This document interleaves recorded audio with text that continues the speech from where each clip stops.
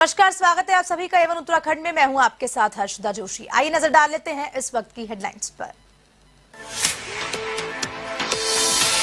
उत्तराखंड में सीएम धामी की अध्यक्षता में प्रदेश मंत्रिमंडल की बैठक। विभिन्न विभागों के प्रस्तावों पर की गई चर्चा। तो जसपुर तहसील के 19 गांवों को हटाकर काशीपुर तहसील में जोड़े जाने का लिया निर्णय।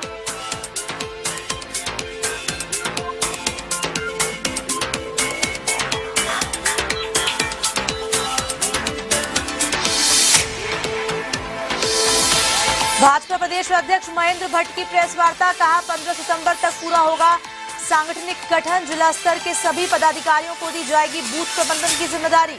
2024 के चुनाव को लेकर हैं तैयार।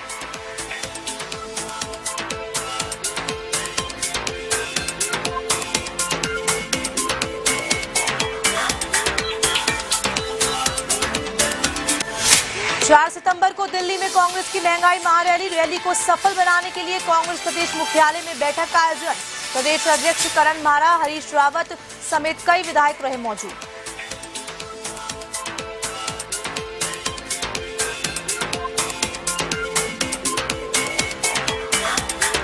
राज्य में प्लास्टिक पर पूर्ण प्रतिबंध नहीं लगाए जाने के खिलाफ हाईकोर्ट में सुनवाई। सभी जिला अधिकारियों को जवाब पेश करने के दिए निर्देश। 2017 में साई सेवा नाथ मंडल की जनहित याचिका का किया हवाला।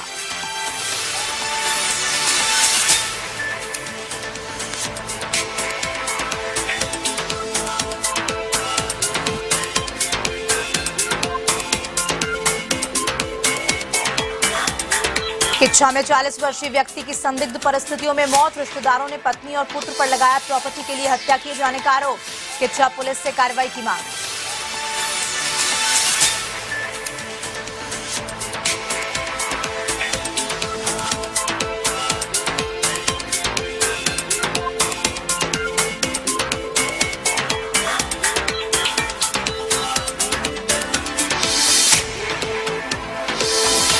खबरें विस्तार से। खबर देहरादून से है, जहां प्रदेश मंत्रिमंडल की बैठक राज्य सचिवालय के सभागार में हुई। आपको बता दें कि मुख्यमंत्री पुष्कर सिंह धामी की अध्यक्षता में हुई बैठक में विभिन्न विभागों के प्रस्तावों पर चर्चा भी हुई। जानकारी के अनुसार जसपुर तहसील के 19 गांवों को हटाकर काशीपुर तहसील में जोड़े जाने का निर्णय लिया गया है और परिवहन विभाग की सेवा नियमावली को प्रख्यापित करने का भी निर्णय लिया। वहीं केदारनाथ धाम में चल रहे निर्माण कार्य के तहत अब 1 मंजिला मकान की जगह 2 मंजिला मकान बनाए जाएंगे। वहीं स्वास्थ्य शिक्षा के तहत हाइजीन को सभी छात्रों को पढ़ाया जाएगा और साथ ही साथ परिवहन विभाग में 24 अभ्यर्थियों का चयन भी किया गया था, जिन्हें अब नियुक्ति दी गई है। वहीं रेलवे लाइन के आसपास रहने वाले लोगों से सहमति को मंजूरी दी गई है।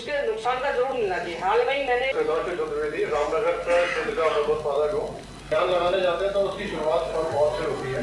तो हमारी कुछ गुणवत्ता मेरा सुझाव है कि जैसे सॉइल टेस्टिंग लैब हमारे क्षेत्र में बहुत ज़्यादा जरूरी है, उसी तरीके से पेस्टिसाइड की टेस्टिंग लैबोरेटरीज की बहुत ज़्यादा आवश्यकता है हमारे प्रदेश के अंदर। आपको बता दें कि 19 गांवों को काशीपुर तहसील में जोड़े जाने का निर्णय लिया गया है। यह अहम बैठक हुई जिसमें निर्णय लिया गया परिवहन विभाग की सेवा नियमावली के करने का निर्णय लिया है। केदारनाथ धाम में 2 मंजिला मकान बनाए जाएंगे।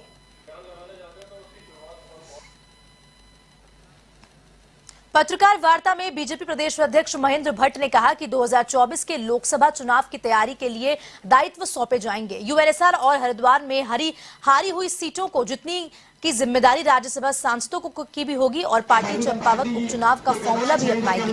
उन्होंने बताया कि जिलों की कार्यकारिणी का गठन बाद में होगा। उन्होंने ये कहा कि भाजपा का सांगठनिक गठन भी 15 सितंबर तक पूरा हो जाएगा और जिलों से लेकर प्रदेश तक मोर्चा विभाग और प्रकोष्ठ भी गठित हो जाएंगे। उन्होंने बताया कि जिला स्तर के सभी पदाधिकारियों को बूथ प्रबंधन की जिम्मेदारी भी दी जाएगी। सांगठनिक स्तर पर और प्रशासनिक स्तर पर आपने अपने अनुभव आपको के कार्यों को गति दी और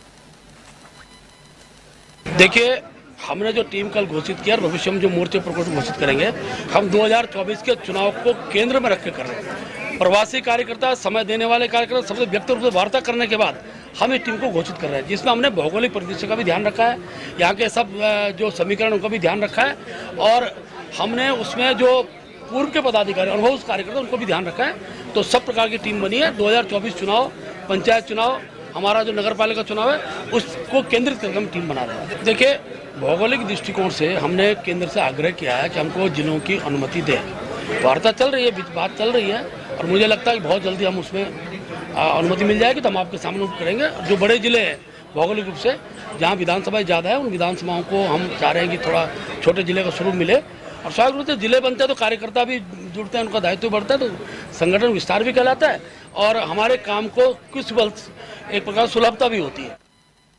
आईटीआई प्राचार्य के पद पर किए गए तबादले के बाद भी ज्वाइन न करने वाले पीके धारीवाल के खिलाफ विभागीय मंत्री ने सस्पेंशन की कार्रवाई करते हुए नजीर पेश की है। उन्होंने कहा कि लगातार तबादलों के बाद भी ज्वाइन न करने वाले अधिकारियों के खिलाफ सख्त कार्रवाई की जाएगी। उन्होंने कहा कि लगातार तबादले होते हैं, लेकिन उसके बावजूद भी उसकी अनदेखी करना किसी भी सूरत में बर्दाश्त नहीं कहा जा सकता है।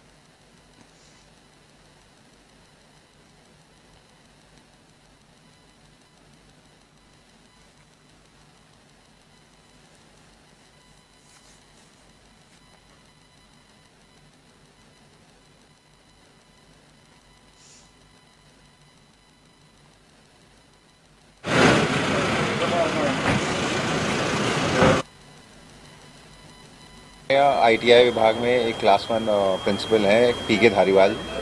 इनकी ये मेरे पास आई थी अपना रिप्रेजेंटेशन लेके कि ये बहुत सीनियर हैं और इनको इनकी सीनियरिटी के हिसाब से आईटीआई नहीं दी जा रही है, क्लास 2 आईटीआई में डाला जा रहा है।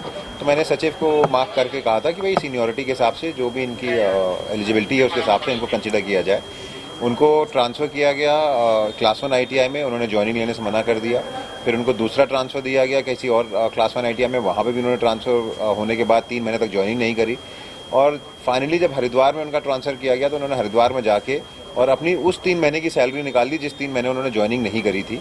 और जो लेटर उन्होंने लिखा उस लेटर में उन्होंने मुझे भी मेंशन किया है कि माननीय मंत्री जी के आश्वासन पे मैंने ज्वाइनिंग नहीं करी थी। तो इसलिए उनके खिलाफ एक सस्पेंशन हमने कल मूव किया है, सस्पेंड करके, और उनके खिलाफ निम्नात्मक कार्रवाई करी जाए।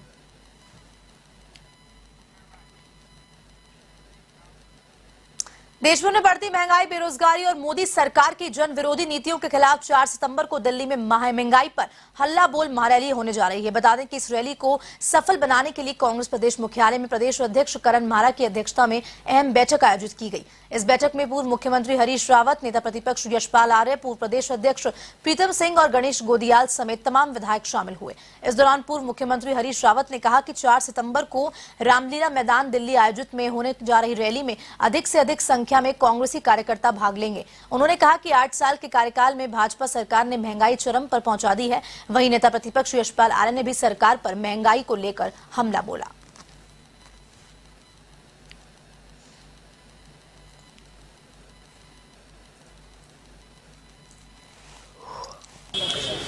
इसमें हर राज्य से सारे कांग्रेस के सक्रिय कार्यकर्ता इकट्ठा होंगे और हम उम्मीद करते हैं कि 3-4 राज्यों से ही कम से कम 2-2.5 लाख कांग्रेस के 5 लाख सक्रिय कांग्रेस के कार्यकर्ता जो है भाग लेंगे, जिनमें से 20,000 जो है हमारे उत्तराखंड के कांग्रेस कार्यकर्ता जाएंगे। अल्मोड़ा से कांग्रेस के विधायक मनोज तिवारी ने सरकार पर सौतेला व्यवहार करने का आरोप लगाया है। बता दें कि मनोज तिवारी ने कहा कि प्रदेश में जहां भी विपक्षी विधायक हैं वहां पर विकास कार्य सरकार द्वारा रोके जा रहे हैं। उन्होंने कहा कि उनकी सरकार के द्वारा किए गए कार्यों को भी नहीं किया जा रहा है। उन्होंने कहा कि उनकी विधानसभा में सड़क और अल्मोड़ा सनसिटी पार्क सहित अनेक कार्य भी आज तक अधूरे हैं।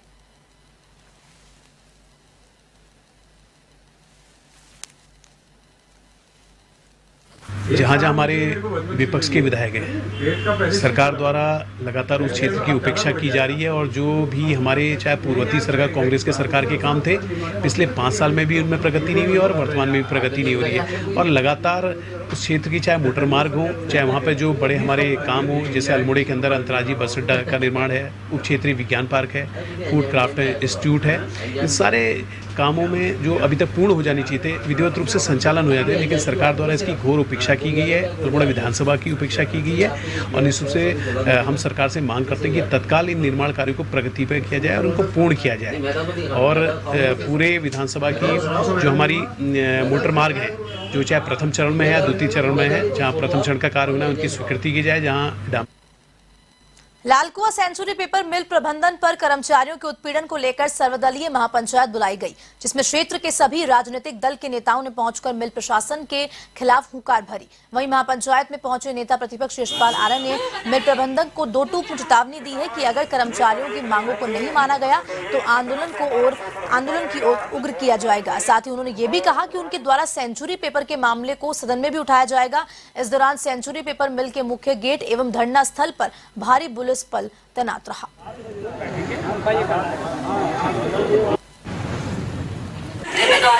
बीमारी से ग्रस्त हो रहे और हमें को इसमें कोई हक नहीं, हम लोग क्यों पिछड़ते जा रहे हैं? क्यों बताइए? क्योंकि हम किसान हक के लिए, अपने अधिकारों के लिए हमारे स्थानीय मजदूर और अन्य मांगे हैं, वायु प्रदूषण है, जल प्रदूषण को लेकर किस तरह से उसका रोकथाम किया जाए, उसको लेकर 28 दिन से हमारे कर्मचारी और हमारे संगठन के लोग,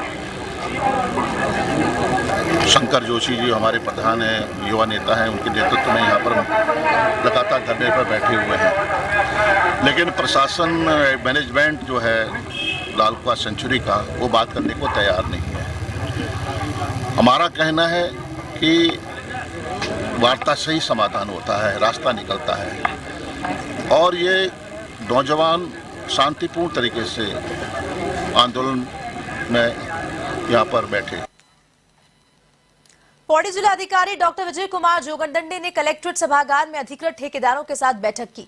बैठक में जिलाधिकारी ने ठेकेदारों से रॉयल्टी पर जारी नए शासनादेश को लेकर खुलकर चर्चा भी की। जिलाधिकारी ने बताया कि निर्माण कार्यों पर 5 गुना जुर्माने की धनराशि वसूली जाने की भांति फैलाई जा रही है, जो कि निराधार है। जिलाधिकारी ने मौजूद ठेकेदारों को बताया कि पुरानी व्यवस्था के तौर पर ही निर्माण विभागों में कार्य किया जाना है और इस दौरान जिलाधिकारी द्वारा ठेकेदारों से धरना स्थगित करने को भी कहा गया।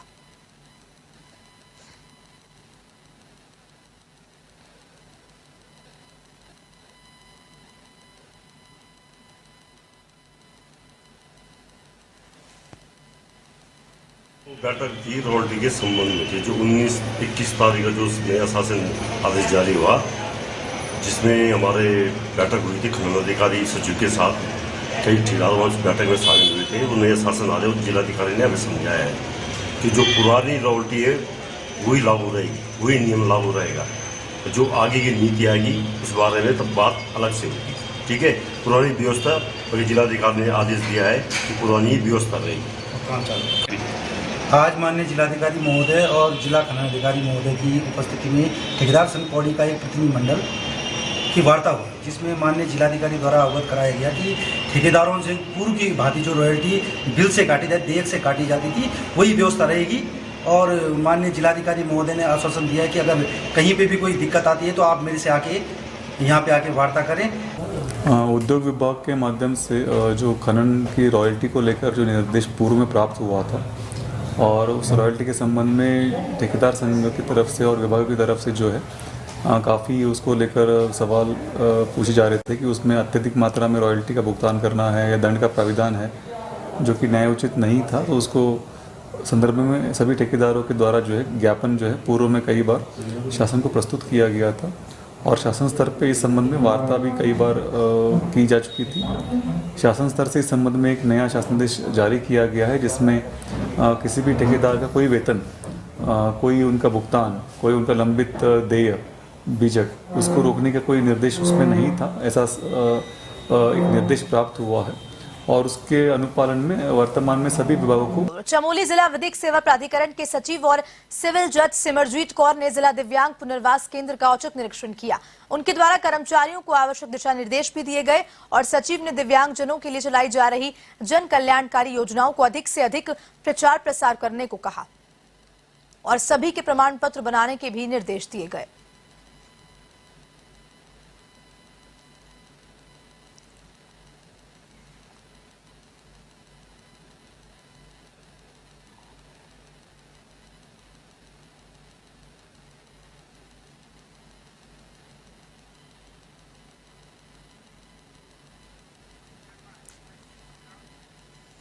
अब खबर अल्मोड़ा से है, जहां बीजेपी की नई कार्यकारिणी का गठन हुआ, जिसमें जनपद अल्मोड़ा से 3 नेताओं को जगह मिली है। बता दें कि जिसको लेकर भाजपा कार्यकर्ताओं ने स्थानीय चौगान पाटा में मिठाई वितरित की। वहीं जिला अध्यक्ष रवि रौतेला ने कहा कि भाजपा के केंद्र और राज्य संगठन ने अल्मोड़ा से कैलाश शर्मा को प्रदेश उपाध्यक्ष, सुशांत रावत को प्रदेश अध्यक्ष युवा मोर्चा और अनिल शाही को विभाग प्रभारी की जगह दी है, जिसके लिए केंद्र और राज्य के नेतृत्व का धन्यवाद करते हैं।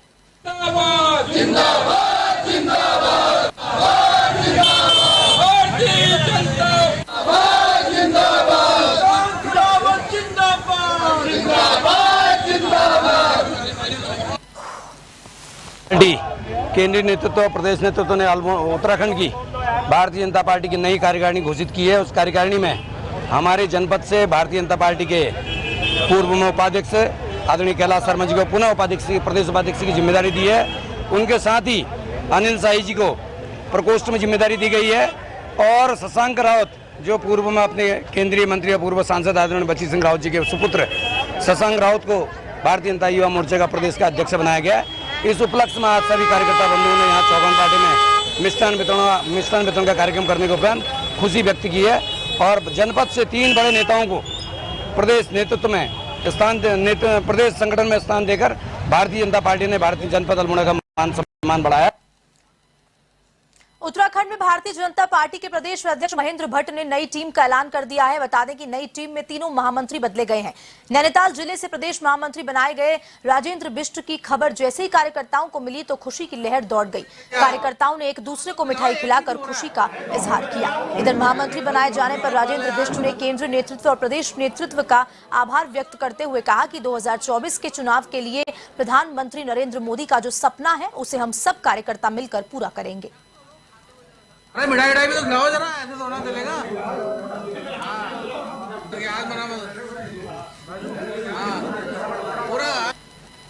जनता पार्टी के केंद्रीय नेतृत्व का, प्रदेश नेतृत्व का तहे दिल से आभार व्यक्त करता हूं। हमारे प्रदेश के अध्यक्ष महेंद्र भट्ट जी, हमारे यशस्वी मुख्यमंत्री पुष्कर सिंह धामी जी, हमारे महामंत्री संगठन अजय जी और हमारे राष्ट्रीय अध्यक्ष जेपी नड्डा जी और हमारे राष्ट्रीय महामंत्री संगठन बीएल संतोष जी, दुष्यंत गौतम जी, हमारी जो उत्तराखंड के प्रभारी हैं और सह प्रभारी रेखा वर्मा जी का आभार व्यक्त करता हूं कि उन्होंने मुझ पर अपना प्रदेश का महामंत्री के नाते मेरे को जिम्मेदारी दी है। तो उस जिम्मेदारी को मैं पूरी ईमानदारी के साथ, पूरी पारदर्शिता के साथ उन कार्यकर्ताओं को आगे बढ़ाने की हम कोशिश करेंगे। जैसा कि हमारे प्रदेश अध्यक्ष जी का भी मैसेज है कि जो जमीनी कार्यकर्ता हैं, जो परिश्रम करने वाले कार्यकर्ता हैं, वो संगठन में आगे आएँ और जिनके कारण 2024 का चुनाव हम सबके सामने चुनौती का विषय रहेगा और इस देश के यशस्वी प्रधानमंत्री नरेंद्र मोदी जी का जो सपना है। दिनेशपुर नगर पंचायत सभागार में आम आदमी पार्टी की जिला एवं विधानसभा पदाधिकारी एवं कार्यकर्ताओं की बैठक ली गई है, जिसमें आगामी निकाय चुनाव एवं नगर निकाय के चुनाव संबंधित आम आदमी पार्टी की क्या भूमिका रहेगी और साथ ही साथ पूरे उत्तराखंड में नगर निकाय एवं निकाय चुनाव में आम आदमी पार्टी की जीत के लिए विचार मंथन किया गया। इस दौरान आम आदमी पार्टी के प्रदेश उपाध्यक्ष एवं विधानसभा प्रभारी सुनीता टमटा बाजवा ने कहा कि जो भी व्यक्ति अच्छा कार्य करता है उसके खिलाफ भाजपा के द्वारा जांच बैठा दी जाती है।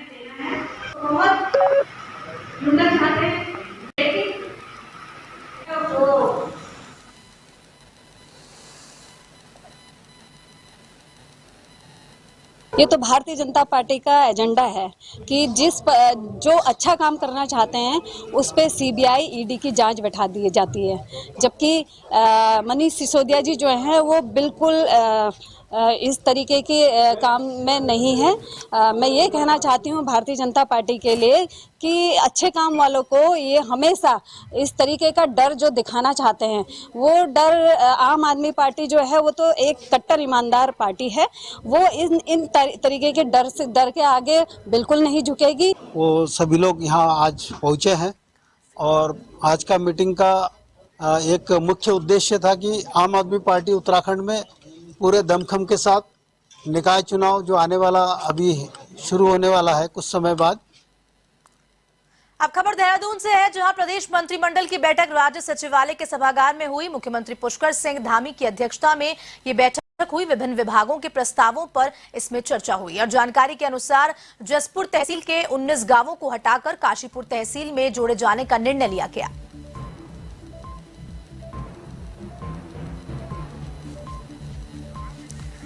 इस खबर पर ज्यादा जानकारी के लिए हमारे साथ फोन लाइन पर जुड़ चुके हैं देहरादून से एवं संवाददाता यशराज आनंद। जी यशराज, बताएं मीटिंग को लेकर क्या कुछ अपडेट है आपके पास? जी बिल्कुल हर्षदा, सचिवालय में चल रही महत्वपूर्ण कैबिनेट की बैठक अब समाप्त हो चुकी है। यह बैठक मुख्यमंत्री पुष्कर सिंह धामी की अध्यक्षता में चल रही थी। कैबिनेट की बैठक में कई प्रस्तावों पर मंत्रिमंडल ने अपनी मुहर लगा दी है जी। और सबसे बड़ी बात है कि कैबिनेट में जो बैठक की, इस प्रस्ताव में जो मुहर लगा, इनमें से मुख्य रूप से जो है वो है कि जसपुर तहसील के 19 गांव को हटाकर काशीपुर तहसील में जोड़े जाने का निर्णय लिया गया है जी। दूसरी बात की परिवहन विभाग की सेवा नियमावली को प्रख्यापित करने का निर्णय लिया गया है। अभी तक उत्तर प्रदेश विभाग की नियमावली ही लागू थी जी। केदारनाथ धाम में चल रहा जो निर्माण कार्य था, वो पहले क्या था कि उसमें कार्य में कंसल्टेंसी ने अधिक मैन पावर की मांग की थी, जिस पर मंत्रिमंडल ने भी मुहर लगा दी। और दूसरी बात की केदारनाथ धाम में चल रहा निर्माण कार्य जो पहले 1 मंजिला इमारत के लिए था, अब उसको 2 मंजिला इमारत बनाने का वहां पर निर्णय लिया गया है। और स्वास्थ्य शिक्षा के तहत हाइजीन एक सब्जेक्ट पढ़ाया जाना सभी छात्रों को पढ़ाया जाएगा। और रेलवे लाइन के आसपास रहने वाले लोगों को ही अब वहां पर आप रह सकते हैं, इसके लिए एक सहमति पास की जा रही है। और कई अन्य विषयों को यहाँ पर रखा गया है। जी यशराज, अधिकारियों को किस तरह के दिशा निर्देश दिए गए हैं इस बैठक के जरिए? बिल्कुल, अधिकारियों को यहाँ पर कई दिशा निर्देश दिए गए हैं। अधिकारियों को कहा गया है कि अपने काम को वो लंबित ना छोड़े और कंटिन्यू जी यहाँ पर ये जो काम। क्या आप मुझे सुन पा रहे हैं यशराज? आपका बहुत बहुत धन्यवाद हमारे साथ जुड़ने के लिए। ये थे हमारे साथ देहरादून संवाददाता यशराज आनंद, जिन्होंने पूरी जानकारी दी, मीटिंग को लेकर पूरी अपडेट दी है और अधिकारियों को इसको लेकर दिशा निर्देश दिए गए हैं। इसी के साथ फिलहाल इस बुलेटिन में इतना ही। आप देश और दुनिया की तमाम खबरों के लिए देखते रहिए A1 TV। नमस्कार।